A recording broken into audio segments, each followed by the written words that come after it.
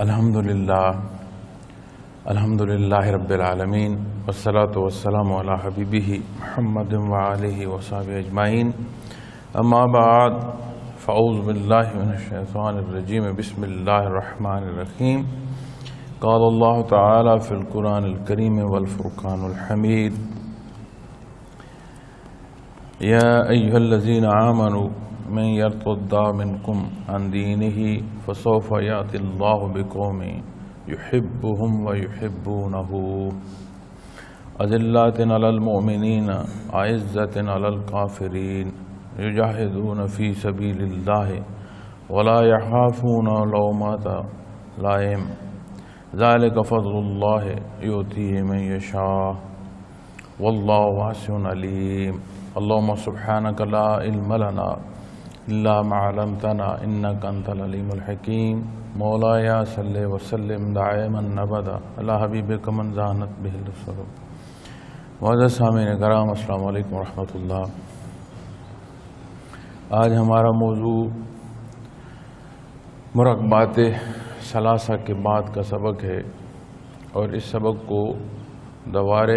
محبت یا دوار ثلاثہ بھی کہتے ہیں۔ یہ دائرہ محبت کی ابتدا مراقبہ اقربیت پر ہی ہوتی ہے۔ جب سالک کی روح مراقبہ اقربیت پر اب پختہ ہو جاتی ہے، جب اس کا سبق پختہ ہو جاتا ہے، تو پھر شیخ توجہ دے کر یہ دوائر کا جو سبق ہے یہ کراتے ہیں۔ اقربیت پر جیسے میں نے کل عرض کیا تھا کہ قرب الہی کی ایک کیفیت ہے جو بہت بلند ہے، جو بیان نہیں کی جا سکتی۔ اس قرب کی کیفیت اللہ توفیق عطا فرمائے، محنت کی اللہ کریم احسان فرمائے تو محسوس کی جا سکتی ہے۔ اور اسباق کا جو احساس ہے یہ ضروری نہیں ہے کہ ہر ایک کا ایک سا ہو، ہر ایک کی کیفیت اپنی۔ کتنی محبت سے اس نے اللہ کو یاد کیا، کتنی محنت اور مجاہدہ نصیب ہوئی، کتنا اللہ رب العالمین نے احسان فرمایا، تو بے شمار پہلو شامل ہو جاتے ہیں ہر سالک کے ساتھ۔ تو جب یہ سارے پہلو ہر سالک کے ساتھ اپنے ہیں تو پھر لا محالہ اس کی جو کیفیت ہے وہ بھی اپنی اپنی ہوگی۔ مشائخ اعظام نے لطائف اسباق اور ان کی کیفیات پر گفتگو فرمائی ہے، اور خاص کر حضرت جی رحمۃ اللہ تعالی علیہ نے تو کیفیات قلبی پر تحریر فرمایا ہے۔ لطائف شروع کے مراقبات، ان پر تحریر ملتی ہے آپ کی کتب میں، اور یہ اپنی نوعیت کی واحد تحریر ہے جس میں کیفیات کو لکھا گیا ہے۔ چونکہ تصوف کے شعبے میں اجمالی بات ہوتی ہے، اشارہ ہوتا ہے، مبہم بات ہوتی ہے،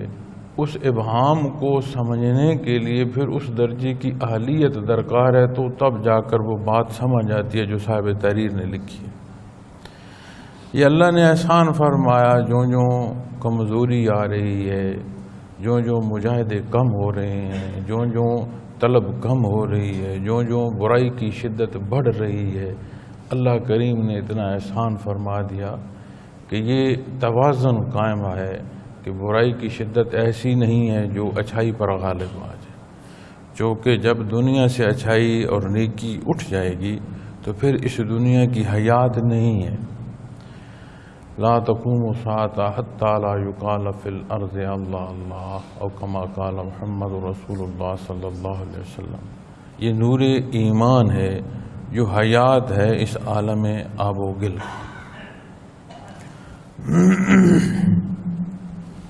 تو اس لیے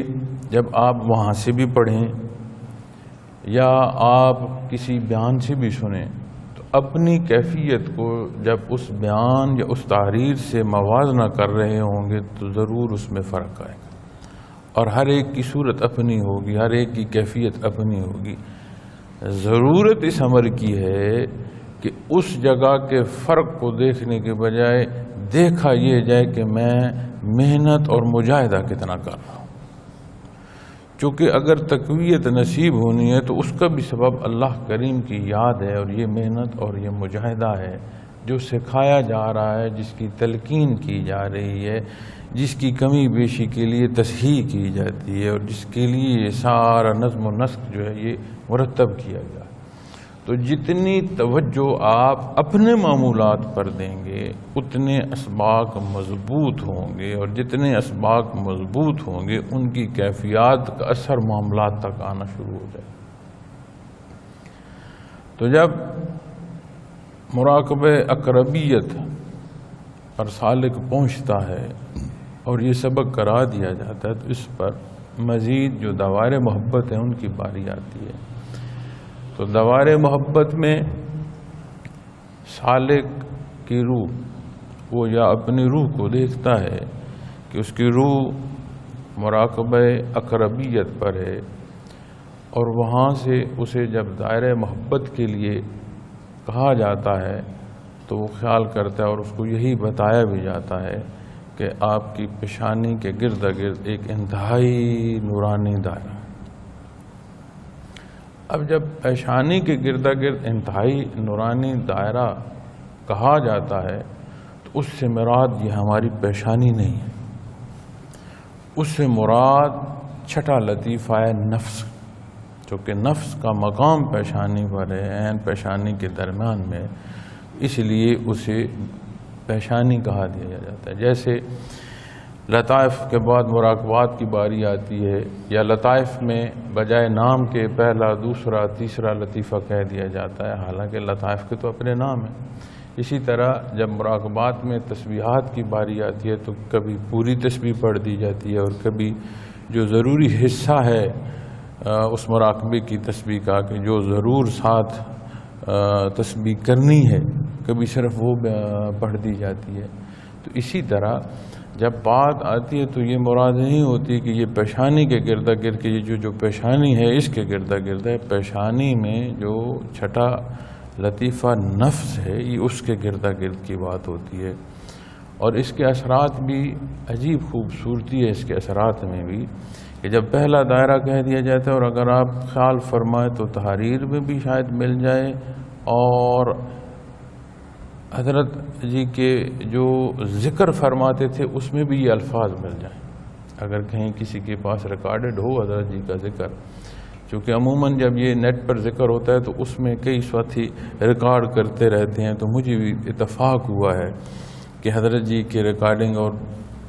اللہ کریم ہمیں استقامت دے، تو حضرت جی نے جو پال ٹاک پر آخری ذکر کرایا تھا اس کی ریکارڈنگ بھی مجھے کسی ساتھی نے بھیجی کہ اس کے بعد پھر حضرت جو ہے وہ نہیں تشریف لائے رات کے ذکر کرانے کے لیے، تو آپ کا وصال ہو گیا.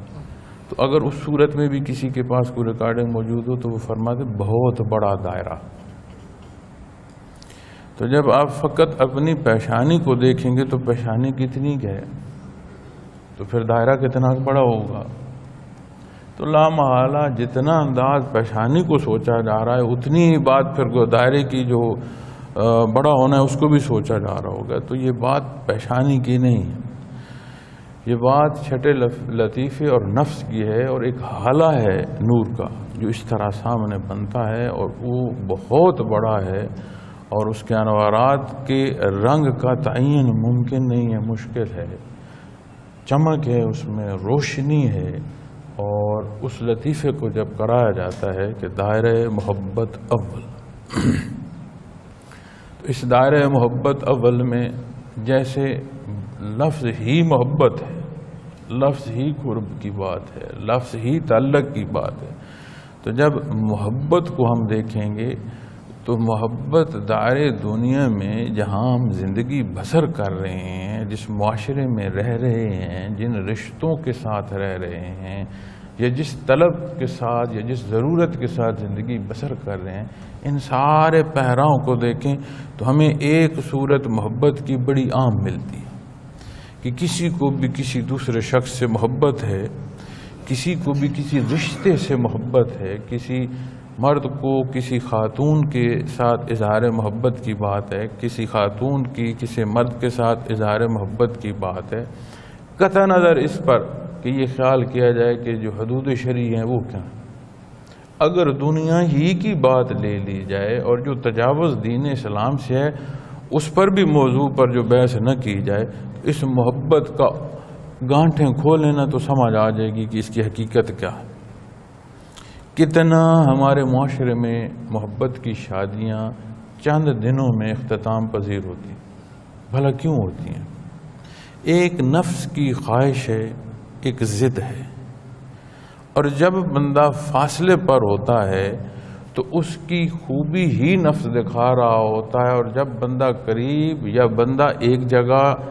زندگی بسر کرتا ہے تو انسان ہے، جہاں اس میں خوبی ہے وہاں اس میں کمزوری بھی ہوگی۔ اگر اس کے نین نقش خوبصورت ہیں، چہرہ خوبصورت ہے، جانے مزاج میں تلخی ہوگی۔ تو بے شمار صورتیں ہوتی ہیں، اور جب وہ صورتیں ایک دوسرے کی نہیں ملتی تو پھر وہ محبت نہیں رہتی، اور جب وہ محبت نہیں رہتی تو تلخی آ جاتی، اور تلخی تعلق توڑنے تک لے جاتی۔ اس کا مطلب ہے کہ کوئی جو دعوے محبت یا دعوے عشق کر رہا تھا اس کو اس فرد یا اس فرد کی ذات سے نہیں تھی، ان خصوصیات سے تھی جنہیں وہ خود پسند کرتا ہے۔ اس کا مطلب ہے کہ اس کی محبت اپنی پسند کو تھی، اس کی محبت معشوق جسے کہہ رہا ہے اس سے تھی ہی نہیں۔ اس سے محبت ہوتی تو اس کی ذات سے محبت ہوتی، اور جب ذات سے محبت ہوتی تو پھر ہر پہرائے اور ہر حصے میں اسے قابل قبول ہوتا۔ تو جب ہم محبت اور عشق کی بات کرتے ہیں تو اسے تفصیلاً پرکھا جائے تو یقین مانیں یہ ضروریات کے یا خواہشات کے سودے ہیں، یہ محبتیں نہیں ہیں۔ اگر محبتیں ہوتی تو جان نچھاور کی جاتی، اپنی ایک خواہش کی تکمیل نہ ہونے پر یہ رشتے نہ ٹوٹتے۔ تو جب یہاں بات آتی ہے محبت کی اور پیشانی کے گردا گرد کی بات آتی ہے تو جو انسانی نفس ہے، جو اس کی خواہشات ہیں، نفس کے ساتھ تو وہ بھی ہیں نا۔ صورت ایمان کی نہ ہو تو اسے قرآن کریم امارہ فرماتا ہے، ایمان کی صورت ہو، کمی بیشی ہو تو اس کی کیفیت لوامہ کی بیان فرماتا ہے۔ اور نفس مطمئنہ کی جو صورت بیان فرمائی جا رہی ہے وہ فرمائی جا رہی ہے جن پر آخرت میں اللہ کا انعام ہوگا، کہ اس وقت کی جو کیفیت ہے پھر اس میں کوئی امیزش ذرا بھر کی نہیں ہے۔ اللہ کریم سے وہ راضی ہوں گے، ان سے اللہ کریم راضی ہوں گے، اور وہ اللہ کریم سے راضی ہوں گے، اور اس وقت پھر کوئی شیطان کا وسوسہ، کوئی نفس کی خواہش، کوئی معاشرے کی کمی بیشی، کوئی شے ایسی نہیں ہوگی جو اس اطمینان پر اثر انداز ہو سکے، خالص اطمینان۔ تو یہ بات تب کی ہے، اور بندہ مومن کو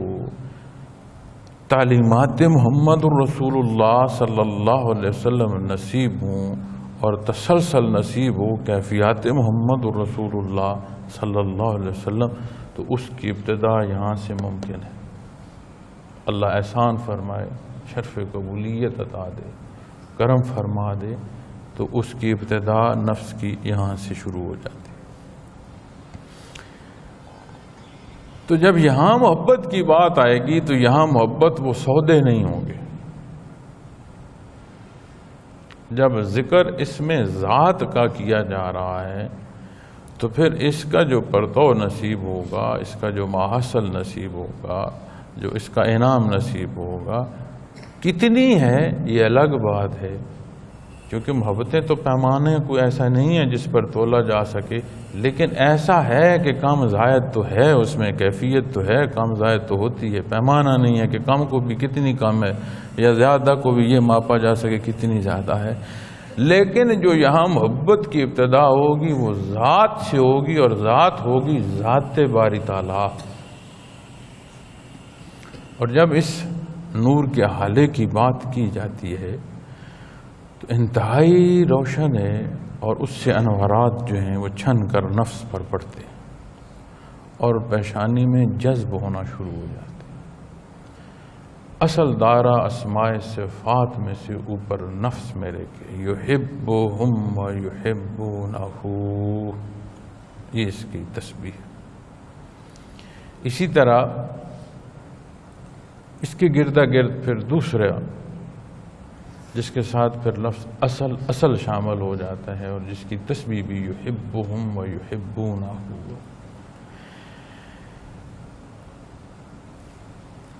اور وہ دائرہ یہ پہلا بہت وسیع ہے، احاطہ ممکن نہیں ہے، تو دوسرا جو ہے وہ اس سے بھی وسیع تر۔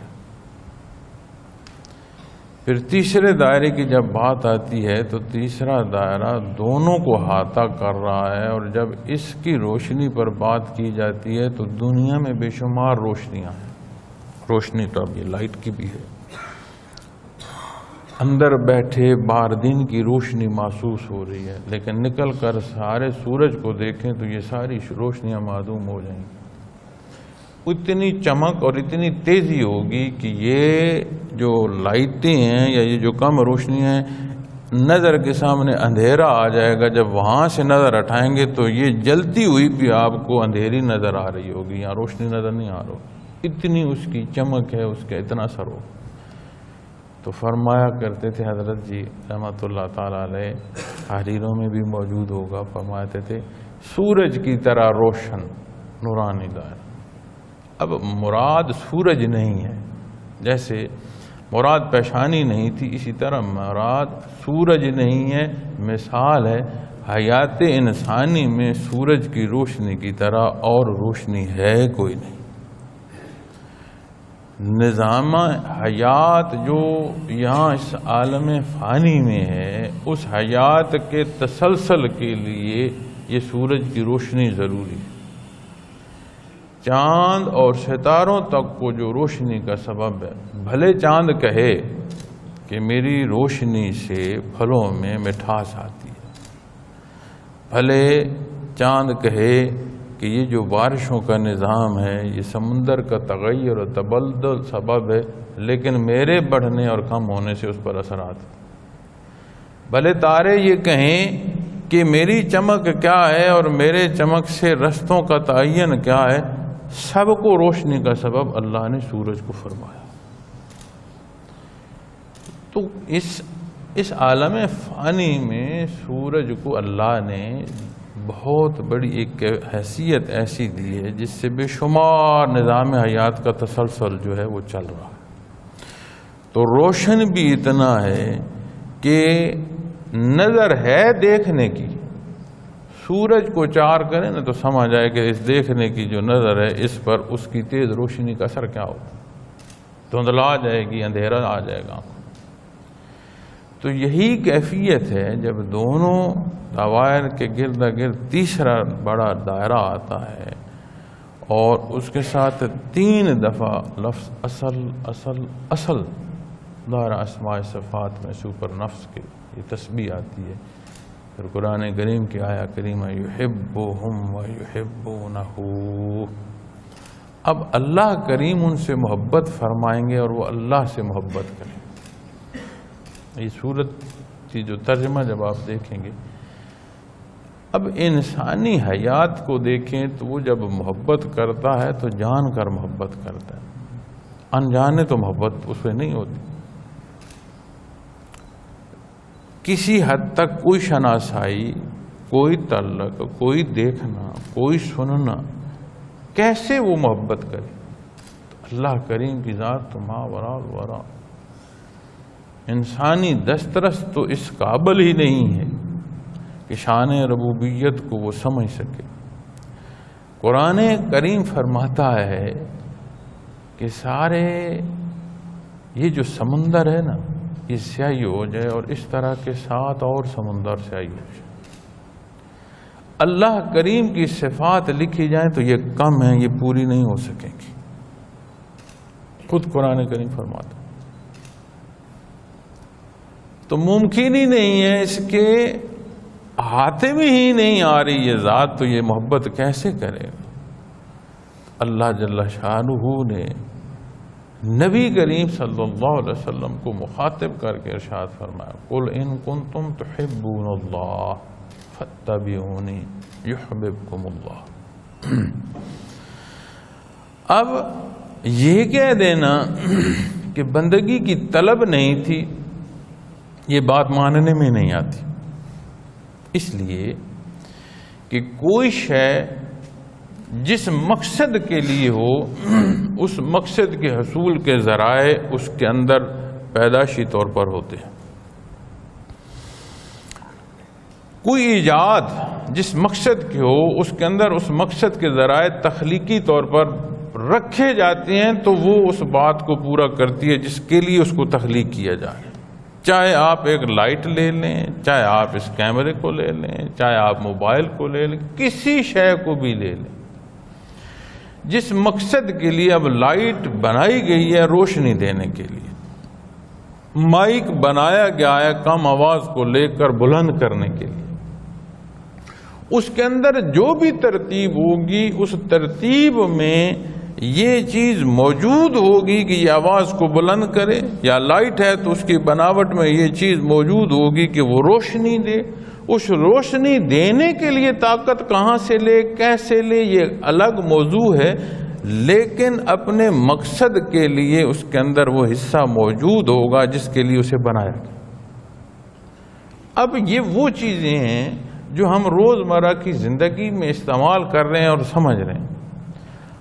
ہر شے جو بنائی جا رہی ہے جسے کہتے ہیں سائنسدان کہ میں ایجاد کر رہا ہوں، حالانکہ وہ مرتب کر رہے ہیں، جو صورت بھی ہو جو بنائی جا رہی ہو، اس کی بات سمجھ آتی ہے کہ یہ جس مقصد کو ہے اس لیے، اور جب وہ خراب ہو جائے تو پھینک دیتے ہیں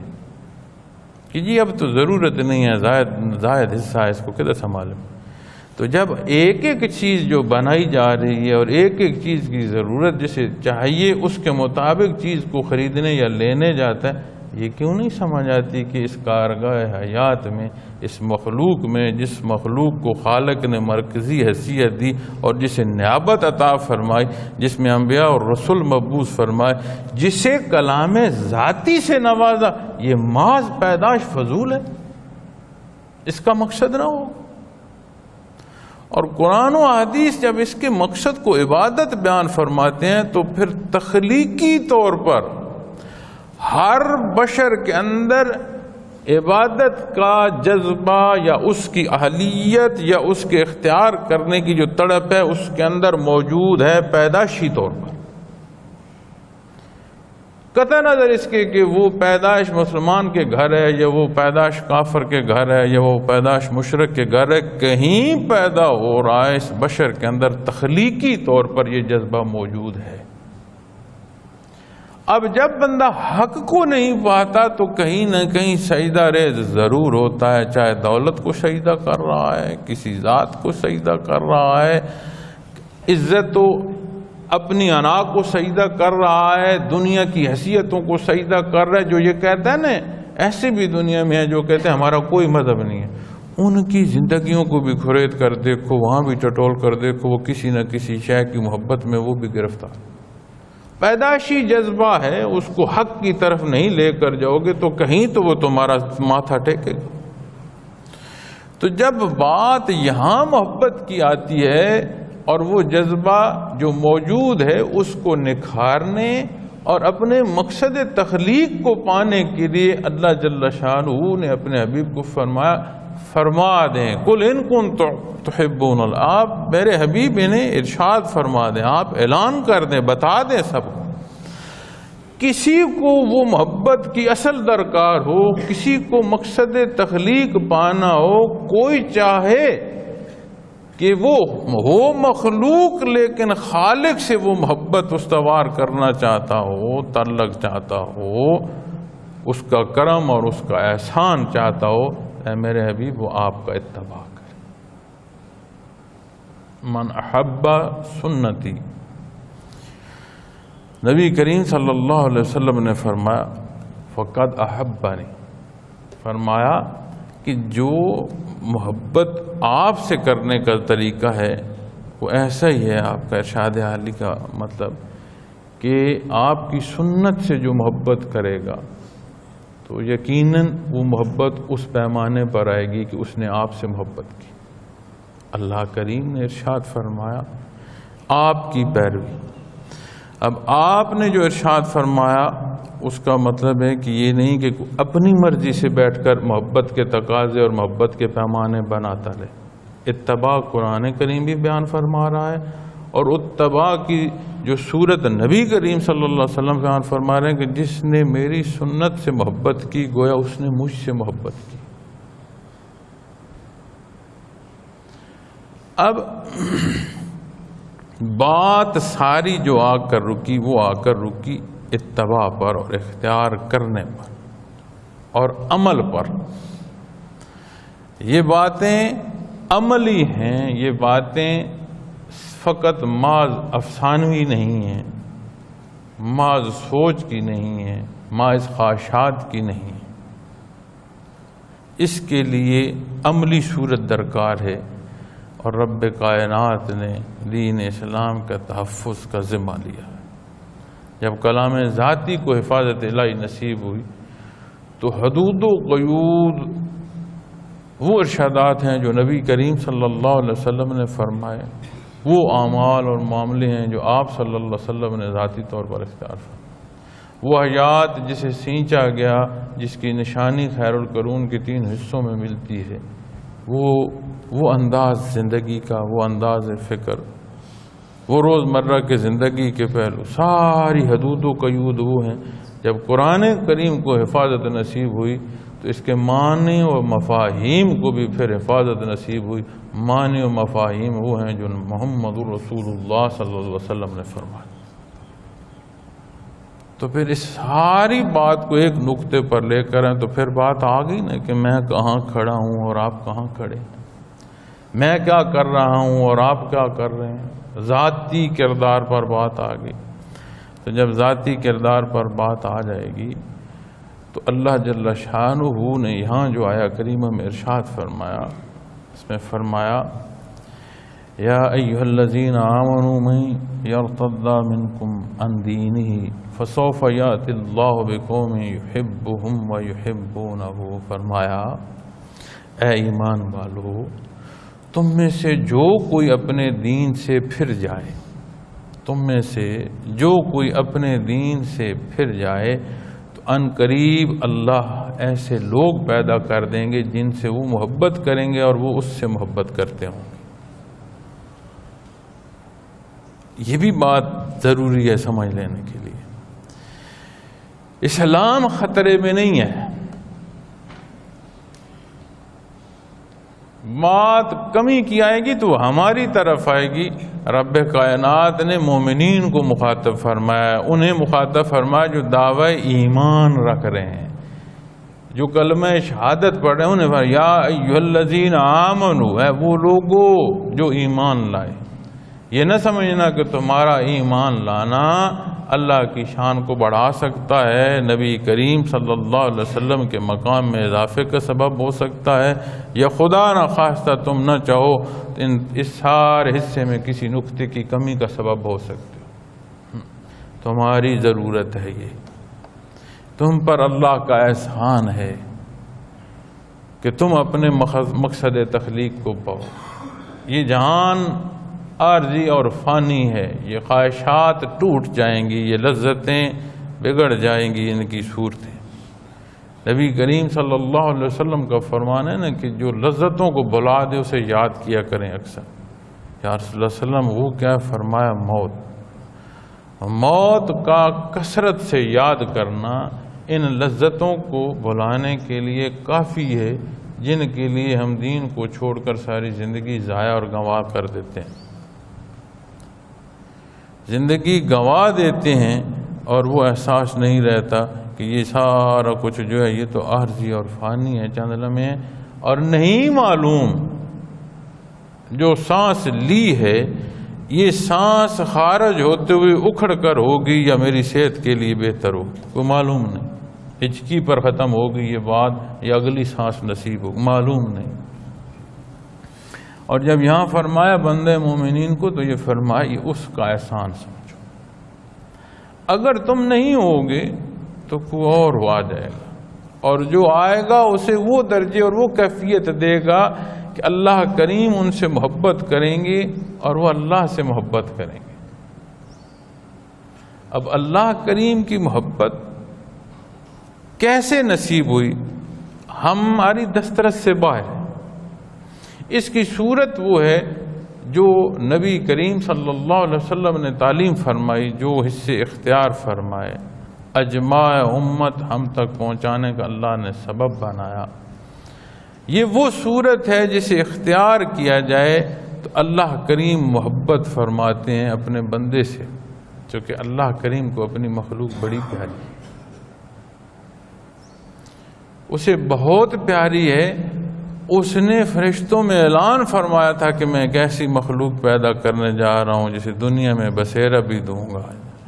جو میری عبادت کرے گی۔ تو فرشتوں نے عرض کیا بار لا جس کیفیت میں وہ پیدا ہوگی، یہ تفسیر یا تشریح کی صورت میں عرض کر رہا ہوں، تو وہ تو فساد کرے گی۔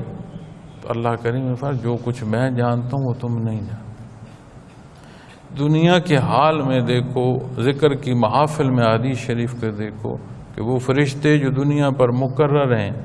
کہ جہاں ذکر کی محفل ہو، وہ جب پلٹتے ہیں تو بخاری شریف کی حدیث ہے اور طویل حدیث ہے، اس پر دیکھیں کہ ان کا ذکر اللہ جل شانہ اپنے فرشتوں میں کیسے فرماتے ہیں، پھر اس کی کمی بیشی جس کے ساتھ اس محفل میں ہو اس کو بھی کیسے فرمایا جاتا ہے کہ وہ بھی بدبخت نہیں ہوگا، کہ جو ایسی محافل جو اللہ کی یاد میں ہوں گی اس کے ساتھ اپنے مطلب کے لیے، دنیاوی ضروریات کے لیے بھی کوئی اگر بیٹھا پھنس گیا ہے تو وہ بھی بدبخت نہیں ہوگا۔ یعنی دار دنیا سے جب وہ رخصت ہوگا تو بحالت ایمان، کس درجے کی بات ہے یہ ایک الگ موضوع ہے، لیکن ایمان لے کر دنیا سے جا رہا ہو۔ تو جب بات یہ آتی ہے دنیا میں بندہ دیکھ کر یہ سمجھ کر، اور اس کی ذات ہماری دسترس سے باہر ہے، تو جب اتباع اختیار کیا جاتا ہے نبی کریم صلی اللہ علیہ وسلم کا، تو اللہ کریم محبت کرتے ہیں۔ اور محبت کا اصول اگر دیکھیں کہ موذی جانور ہے سانپ، اکثر لوگ جو سانپ پکڑتے ہیں عام بندہ جانتا ہے جانے انہوں نے اس پر کیا دم پاڑ دیا ہے، کیا منتر پاڑ دیا ہے، تو ان کو کاٹ نہیں رہا۔ معصوم بچے کے گرد کہیں سانپ اگر دیکھیں تو اس کو نہیں کاٹے گا، اس لیے نہیں کہ اس کے نزدیک وہ بچہ معصوم ہے تو وہ نہیں کاٹے، وہ تو موذی جانور ہے، اس سے کیا سمجھ، اس کا تو کام ہے کاٹنا، لیکن وہ کاٹتا تب ہے جب اپنے لیے خطرہ محسوس کرتا ہے۔ اب معصوم بچے کو معلوم ہی نہیں کہ یہ کاٹنے والے کوئی شے ہے، وہ تو اس کا رنگ اور اس کو دیکھ کر کھیلنا شروع کر دے۔ اب جب وہ اطمینان سے اس کو پکڑ بھی لیتا ہے تو وہ نہیں کاٹتا، چونکہ وہ محسوس خطرہ کر ہی نہیں رہا ہوتا اس بچے سے۔ جب بڑا یا کوئی سمجھدار جو جانتا ہو یہ سانپ ہے، وہ جب دیکھتا ہے تو سانپ بھی بھاگتا ہے اور قریب ہو تو وہ کاٹنے کو آتا ہے، چونکہ وہ بھی محسوس کر جاتا ہے کہ یہ اس کے اندر کوئی جو خطرات ہیں میرے لیے درست نہیں۔ انسانی کیفیت جو ہے اس کے اتنے اثرات مرتب ہوتے ہیں کہ ایک جانور محسوس کر رہا ہے، اور جس کو نہیں کاٹ رہا اس کا کام ہی اتنا ہے کہ اسے سانپ سے خوف نہیں آتا، ہر وقت سانپوں میں بیٹھا ہے،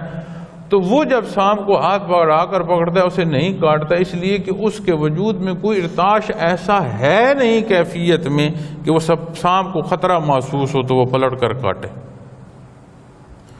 تو یہ کیفیات کا اثر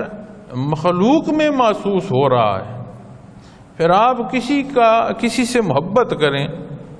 تو لا محالہ وہ بھی آپ کا لحاظ کرنا شروع کر دیتا۔ آپ اپنے دل میں کسی کے بارے میں نفاق رکھیں، الفاظ جو بھی رکھیں، کبھی اس کا حال کھلا تو وہ بھی نفاق سے ہی بھرا ہوا ہوگا۔ انسانی جذبات جس طرف جاتے ہیں اس طرح کا اثرات وہاں مرتب ہوتے ہیں، ایک اصول ہے مخلوق۔ اب جب اللہ کریم فرماتے ہیں کہ اللہ ان سے محبت فرمائیں گے اور وہ اللہ سے محبت کریں گے، تو یہاں بات سمجھ آ جاتی ہے کہ اللہ جل شانہ نے جسے پیدا فرمایا اس کی تو مخلوق ہے، اسے تو عزیز ہے، اسے پیاری ہے،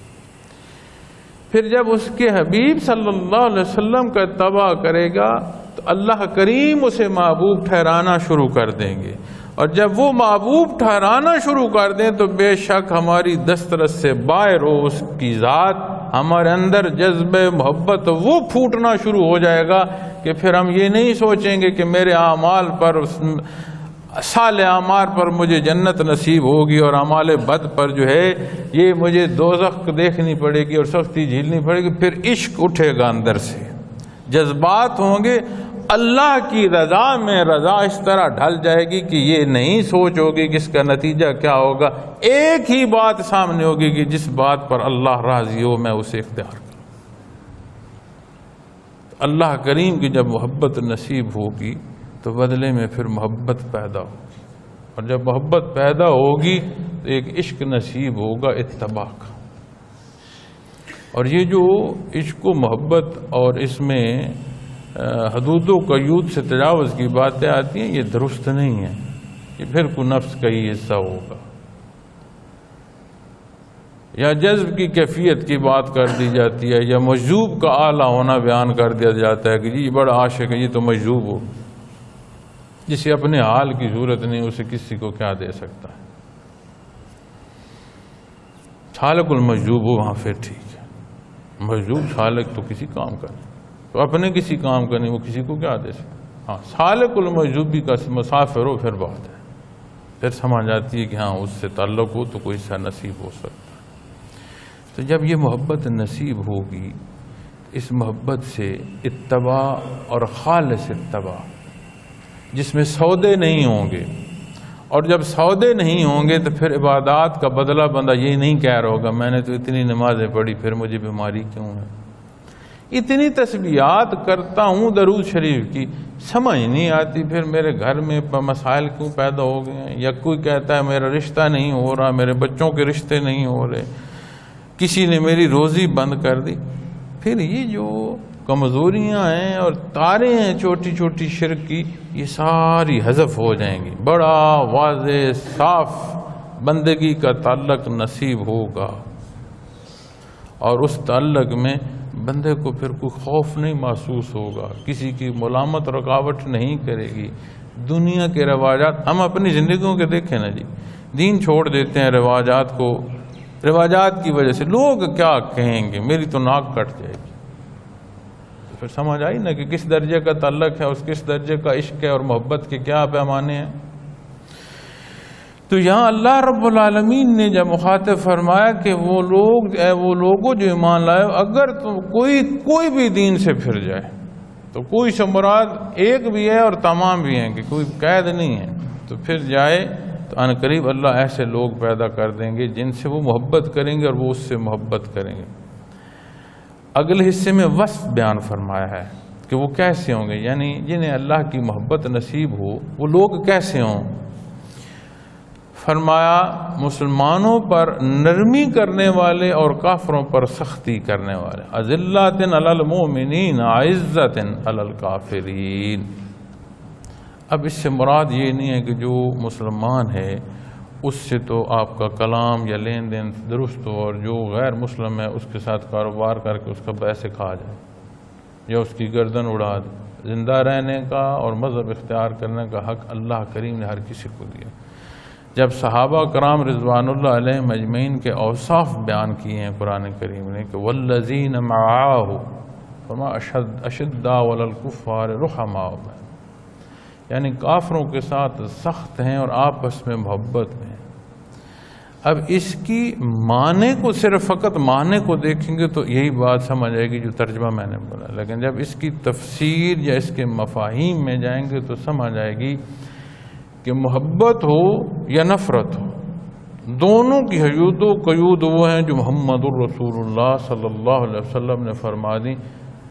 ایسا نہیں ہے کہ تو محبت میں بھی اپنے جذبات پر، اپنی مرضی پر، اپنے نفس پر چلا جا، اور ایسا بھی نہیں ہے کہ تو نفرت میں بھی اپنی خواہشات کی تکمیل پر چلا جا۔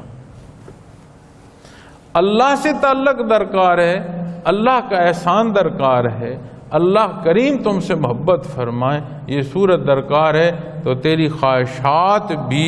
حدود سے تجاوز میں نہ جائیں، جو حصے اللہ نے تجھے محبت کے دیے ہیں، جو جذبات نفرت کے دیے ہیں، ان کے استعمال اور ان کی جگہ پر بھی یہ خیال کر لو کہ یہ دین اسلام سے تجاوز پر نہ آئے۔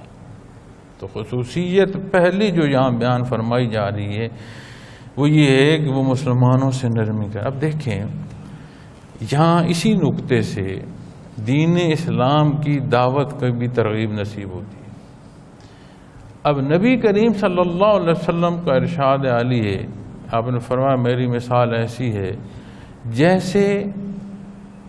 رات کو صحرا میں آگ کا علو جل رہا ہو اور ہر طرف سے پروان میں اس میں آ کر گر رہے ہیں اور جل رہے ہیں، اور کوئی بڑی تڑپ سے ہر طرف کوشش کر رہا ہو دوڑ کر کہ ان پروانوں کو روکا جائے کہ آگ میں نہ جلو۔ اس طرح اللہ کی مخلوق کی محبت میں آپ صلی اللہ علیہ وسلم کوشش فرماتے رہے، اور اتنا آپ صلی اللہ علیہ وسلم نے درد محسوس کیا، اور اس درد پر اتنی کہ آپ صلی اللہ علیہ وسلم نے اس معاشرے میں تبلیغ فرمائی کہ خود قرآن کریم شہادت دیتا ہے کہ آپ اپنے آپ کو ہلاک ہی کر چھوڑیں گے اے میرے محبوب ان کافروں کے درد میں۔ تو یہ تو جو کچھ کر رہے ہیں اپنا کیا پا لیں گے، آپ ان کی تڑپ میں اپنے آپ کو ہلاک ہی فرما لیں گے۔ قرآن کریم کے بیان ہے جس کا مفہوم عالی عرض کر رہا ہوں۔ تو جب بندے مومن کو یہ کیفیت کہ جس کی تسبیح فما زبانی یا استاد کا بیان سماعت سے ٹکرا کر ختم ہو جائے، نہیں، اس کی کیفیت جب اصل نظر آئے گی، اصل محسوس ہوگی کہ یحبہم و یحبونہ، وہ مخلوق خدا کو اللہ کا کلام اور یہ حق پہنچانے کی تڑپ لے کر چل پڑے گا، وہ صرف اختیار کر کے بیٹھ نہیں رہے گا، مخلوق تک یہ باتیں پہنچائے گا کہ یہ اللہ کی مخلوق ہے۔ نبی کریم صلی اللہ علیہ وسلم کا فرمان ہے کہ کوئی بات تم تک پہنچے تو اسے آگے پہنچاؤ، اس کی تبلیغ کرو، مخلوق تک پہنچاؤ۔ تو مبلغ خود انکار کر کے دوسروں سے اقرار نہیں کرا سکتا۔ تو جب اقرار کی کیفیت اس جذبات تک سالک کی صورت میں پہنچے گی تو اس کا ہر عمل، ہر بول، ہر قدم اسلام کی اشاعت کے لیے، مخلوق کو حق سے آشنا کرنے کے لیے اور خالصتاً بے لوث ماذ رضائے باری تعالیٰ کے لیے یہ صورت اسے نصیب ہونا شروع ہو جائے گی۔ کافر سے بھی جو تکلیف ہے اس کے کفر کی ہے، اس کے لیے بھی کوشش کرے گا کہ ایسی صورت ہو کہ اسے بھی ایمان نصیب ہو۔ اور تبلیغ کی سب سے جو خوبصورت انداز یا پہلو عہد صحابہ میں ہمیں نصیب ہوتا ہے وہ کردار ہے۔ لمبی تقریریں نہیں ملتی، جگہ جگہ کے دروازے کھٹکھٹانا نہیں ملتا، بحث مباحثے کے جھگڑے نہیں ملتے۔ ایک بات ملتی ہے کہ وہ ہستیاں جہاں گئیں، جس نے دیکھا، جس سے برتاؤ کیا، جس سے کلام کیا، وہ پہلو نہیں چھوڑے جو محمد الرسول اللہ صلی اللہ علیہ وسلم نے تعلیم فرمائے، اور وہ اتنے اعلیٰ ہیں کہ ہر جگہ کا ہر معاشرہ دنیا بھر میں جس وقت میں جس سطح کا جو معاشرہ بھی ہو وہ ویسا اعلیٰ ہو نہیں سکتا جس طرح وہ ارشاد عالی صلی اللہ علیہ وسلم، اور جو انہیں بعین ہی اختیار کرتا ہے وہ پھر نمونہ ہو جاتا ہے مخلوق کے درمیان۔ آج خود لوگ ڈھونڈتے ہیں کہ کیا وجہ ہے، اسے نقصان تو ہو رہا ہے لیکن جھوٹ نہیں بول رہا، اس کے لین دین میں حق اور سچ ہے، یہ بولتا ہے تو اللہ کو حاضر ناظر جان کر بولتا ہے، یہ دنیا کو فانی جانتا ہے اور حقیقت وہی رکھتا ہے جو اللہ جل شانہ نے اسے بیان فرمائی۔ تو زندگی کے معنی بدل جاتے ہیں، اور یہی زندگی جو دل کی صورت میں سے دنیا کی زندگی اپنے اندر کھینچتی ہے، یہ قرب الہی کے لیے سیڑھی کی صورت بنتی چلی جاتی ہے۔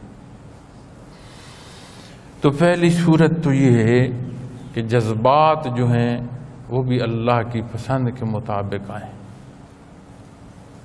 پھر فرمایا یجاہدون فی سبیل اللہ ولا یخافون لومۃ لائم،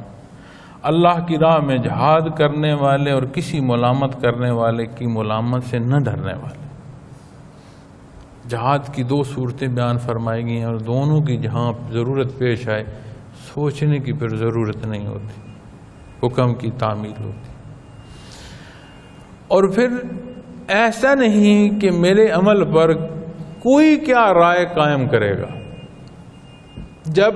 مخلوق کی آراء کو دیکھ کر اعمال اختیار کیے جاتے ہیں تو وہ اعلیٰ نہیں ہوتے، ادنا بھی انہیں نہیں کہا جا سکتا۔ اگر واقعتاً پیمانہ لگایا جائے تو منافقت کے کسی درجے میں چلے جائیں گے کہ لوگ کیا کہیں گے تو میں کیا کروں۔ ہماری تو حالت یہ ہے کہ لائٹ ہو اور سپیکر آن ہو تو ہمارا اذان دینے کا وقت اور ہے، لائٹ نہ ہو اور ہماری آواز کہیں نہ جا رہی ہو، ہمارے اذان دینے کا وقت اور ہے۔ امامت پر کھڑا ہوں، چند لوگ کھڑے ہیں تو نماز کی ادائیگی اور ہے، اور اگر پیچھے سینکڑوں کا مجمع ہے تو پھر میری انداز جو ادائیگی کا ہے نماز کا وہ اور ہو جائے۔ اس مخلوق کے لیے میں نماز پڑھ رہا ہوں یا اس خالق کے لیے پڑھ رہا ہوں؟ میرے پیچھے 2 شخص ہیں یا 3 شخص ہیں، میرے پیچھے 3000 کا مجمع ہے، دونوں صورتوں میں میں سبحان ربی الاعلیٰ کس کے حضور پیش کر رہا ہوں، اور دونوں صورتوں میں وہ حاضر و ناظر ہے، اور دونوں صورتوں میں اس کے روبرو ہوں۔ جب میں مخلوق کو دیکھ کر عبادت کو کر رہا ہوں یا مخلوق کو دیکھ کر عبادات چھوڑ رہا ہوں تو پھر یہ منافقت کے کسی درجے میں جائے گی نہیں تو اور کہاں جائے گی؟ یہ اللہ اللہ کی یاد ہے جو یہ نقطے کھول دیتی ہے، واضح کر دیتی ہے، ورنہ ہم اپنی باتوں میں، اپنے کلام میں، اپنے زور بیان میں استاد کا پڑھانا اور شاگرد کا سوال کرنا، خوف خدا نہ ہو تو منافقت کے درجوں میں سے کسی درجے میں باتیں چلی جاتی، طلب اور آ جاتی ہے، اللہ کی رضا نہیں رہتی۔ اور اللہ کی رضا وہ واحد حصہ ہے جو اس منافقت سے نکال کر لے آتی ہے۔ پھر ان کی جو صورت دوسری بیان فرمائی وہ یہ فرمائی کہ وہ مجاہد ہیں، ہر صورت تعمیل حکم ہے، انہیں غرض نہیں ہے کہ کوئی ان کے بارے میں کیا رائے قائم کرتا ہے۔ اور یقین مانیں زندگی کا بہترین انداز جو بسر کرنے کا ہے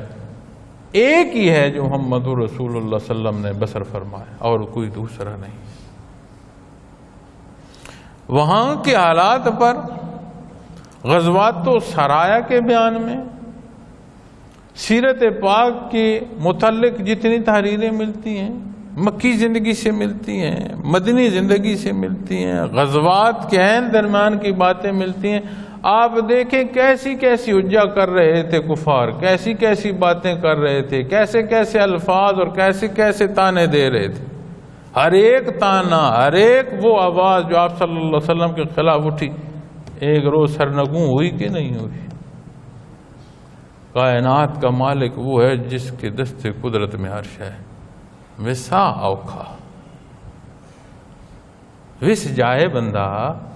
وہ کسی چیز کی کوئی تنگی اور کوئی رکاوٹ رہتی نہیں۔ اور ایسا نہیں ہے کہ جو اللہ کو چاہنے والا وہ متکبر ہو جاتا ہے اور کسی کو کچھ نہیں جانتا،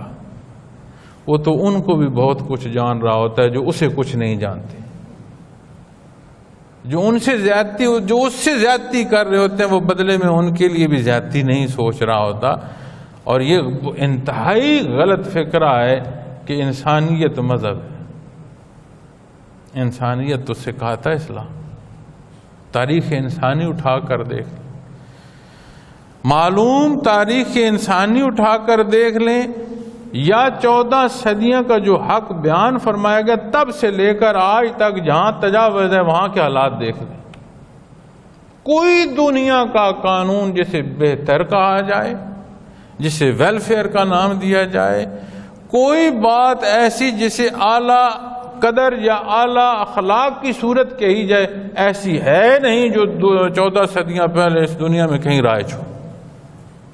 غیر مسلم معاشروں میں بھی کہیں کوئی اگر اخلاقی قدریں جنہیں بہتر کہا جا سکتا ہے وہ بھی وہ ہیں جو فرمایا ہے ارشاد محمد رسول اللہ صلی اللہ علیہ وسلم، اس سے باہر کوئی چیز نہیں۔ اور جب یہاں بات آتی ہے تو وہ کسی کے کہنے سے نہیں، آپ صلی اللہ علیہ وسلم کے حکم کے تابع اور اللہ کی رضا کو چلتا ہے، چونکہ اس کے سامنے کسی کہنے والے کے الفاظ ہوتے ہی نہیں، اسے مقصود ہے اللہ کی رضا۔ اللہ پھر فرمایا ذالک فضل اللہ یؤتیہ من یشاء، یہ اللہ کا فضل ہے، جس کو چاہے عطا فرما۔ یا اللہ ہمیں عطا فرما دے، اس کا فضل ہے۔ اور صاف صحابہ کے جہاں بیان فرمائے گئے نا، وہاں بھی رکوع سجود عبادات اور وہ تڑپ نہاں خانے دل تک جو اعتدال کا بیان ہے، اس کی صورت میں بھی فرمایا گیا وہ یہ کس لیے چاہتے تھے کہ انہیں اللہ کا فضل اور اس کی رضا درکار تھی۔ ہے کوئی جو اپنے اللہ کے حضور جھولی پھیلائے کہ بار الہ جو طاقت تو نے دی تیرے حکم پر صرف ہوگی؟ ہے کوئی جو یہ چاہے بار الہ میری جو بھی طلب ہے تیری ذات ہے؟ ہے کوئی جو چاہے کہ یہ عالم فانی ہے، بار الہ جہاں ہمیشہ رہنا ہے تیری رضا کا مسافر ہو جائے، اپنے حبیب کا اتباع عطا فرما دے؟ ہے کسی کے سانس میں جو لفظ اللہ کا تکرار اس کی رضا کو؟ تو یہ ہو نہیں سکتا کہ وہ آواز خالی جائے، وہ جھولی خالی جائے، اس صدا کو کوئی نہ سنے، یہ ہو نہیں سکتا۔ اس کی شان کریمی ہے رب العالمین، تو نافرمانوں کو بھی دے اسی حیات میں جو مقابل شیطان کھڑا ہو کر حزب و شیطان بنا رہا ہے، اسے بھی سانسیں اسی کی دی ہوئی ہیں جن سے وہ حیات اس حیات میں ہے، تو رب العالمین ہے۔ ضروری ہے کہ جو جھولی ہم کر رہے ہیں اس کے حضور، اس میں ہمارے کردار کے چھید نہ ہوں۔ جب کردار کے چھید ہوتے ہیں تو وہ الفاظ حقیقت پر مبنی نہیں ہوتے، منافقت ہوتی ہے۔ تو وہ فرماتا ہے ذالک فضل اللہ یؤتیہ من یشاء، یہ اللہ کا فضل ہے جس کو چاہے عطا فرما دے۔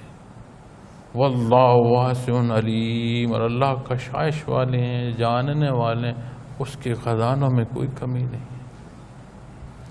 بے حد و بے حساب ہے اور وہ جانتا ہے۔ کلام کرنے والے صاحب کلام کی نیت کو وہ جانتا ہے، سامع کے حالات سے وہ واقف ہے، اور کوئی صورت ایسی نہیں ہے جو اس کی حد اس کی ذات سے باہر۔ سبحان اللہ والحمد للہ، پاک ہے اس کی ذات، ساری تعریف اس کے لیے، ہر چیز پر احاطہ ہے اس چیز کا، اس کی ذات باری تعالیٰ، کوئی شے اس کی ذات سے باہر۔ اور جب یہ صورت نصیب ہوتی ہے اور تینوں دوائر جو ہیں ان کے انوارات نفس پر پڑتے ہیں،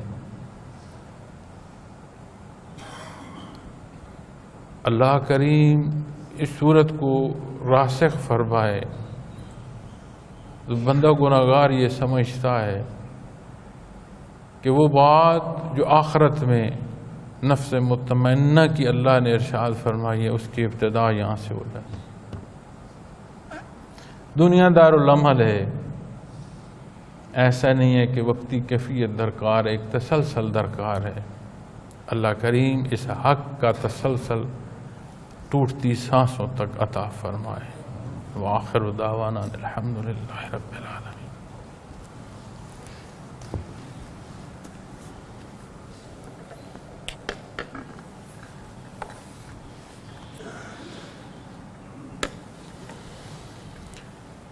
الحمدللہ رب العالمین، والصلاة والسلام علی حبیبہ محمد وآلہ وصحبہ۔ ربنا اننا آمنا واغفر لنا ذنوبنا وقنا بہر اللہ، ہم کمزور خطا کار، ہمارے حال پر رحم فرما۔ یا اللہ تیرے در پر تیری رضا کو جمع ہے قبول فرما۔ یا اللہ تو غفور الرحیم ہے، صدق دل سے اتباع محمد رسول اللہ صلی اللہ علیہ وسلم کی توفیق عطا فرما، دین اسلام کی سمجھ اور اس پر عمل کی توفیق عطا، دار دنیا حیات دنیا مشکل ہے اسے سہل فرما۔ یا رب العالمین تو غفور الرحیم ہے، ہما وقت ہر لحظے اپنا محتاج رکھنا، مخلوق کی محتاجی سے بچانا،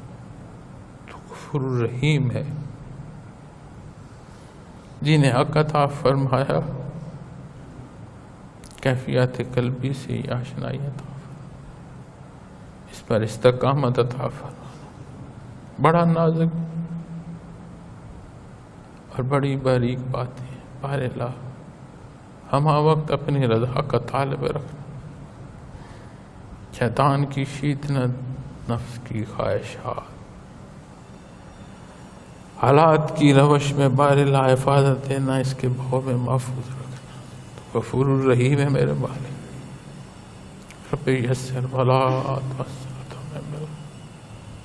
صلی اللہ تعالی علی خیر خلقہ وآلہ وصحبہ۔